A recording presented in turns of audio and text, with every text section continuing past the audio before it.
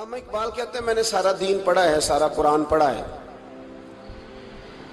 میں نے بنظر غائب جب ساری چیزوں کو دیکھ لیا تو اقبال کہنے لگے میں اس نتیجے پہ پہنچا ہوں کہ مغز قرآن روح ایمان جان دین۔ بھائی اقبال، میں کسی عالم کی بات کرتا تو لوگوں نے شاید رویہ اور اختیار کرنا تھا، وہ لوگ جس پر اکثر مکاتب فکر اعتبار کرتے ہیں۔ اقبال کہنے لگے مغز قرآن روح ایمان جان دین۔ لفظوں پہ غور کریں، مغز یعنی سارے قرآن کا مغز، روح ایمان یعنی ایمان کی روح، اور جان دین یعنی سارے دین کی۔ آپ دیکھیں ترتیب، مغز قرآن روح ایمان جان دین۔ اقبال جلدی بتاؤ وہ کیا ہے؟ تو اقبال کہنے لگے ہست حب رحمت للعالمین، ہست حب رحمت للعالمین، مغز قرآن روح ایمان اور جان دین۔ ہست حب کہنے لگا میں تو سمجھا ہوں کہ قرآن کا مغز ایمان کی روح اور دین کی جان اگر ہے تو نبی پاک کی محبت کا نام ہے، رسول اللہ کی محبت کا نام ہے، نبی پاک کی محبت کا نام۔ حضرت عمر فاروق رضی اللہ تعالیٰ عنہ سے بڑا تو اصول پسند کوئی نہیں نہ ہوگا، یعنی بہت بڑا چودھری بھی اگر اپنے گلی کے اندر حضرت ابو سفیان جیسے لوگ مسلمان ہو گئے، کلمہ پڑھ لیا، اور جناب ابو سفیان رضی اللہ تعالیٰ عنہ نے اپنے گھر کے اندر نہ تھوڑی سی سامنے اینٹیں رکھ کے جگہ بنا لی، تو حضرت عمر کو پتہ چلا تو فرمایا جیسے بنائی ہے ویسے وہ کھیڑو بھی، آپ نے لوگوں کا رستہ تنگ کر دیا۔ اصول پسند آدمی، اصول کی بات آئے تو بیٹے کو بھی معافی نہیں، کسی کو معافی نہیں، بڑے اصول پسند تھے۔ ایک دن لوگوں نے کہا عمر تو بڑا اصول پسند ہے، پر یہ مسجد نبی کی گلی میں جو نبی پاک کے چچا حضرت عباس کا پرنالہ لگا ہوا ہے اور وہ سب لوگوں کے کپڑے کیچڑ سے بھر دیتا ہے، وہ پرنالہ نہیں نظر آتا؟ گلی میں لگا ہے۔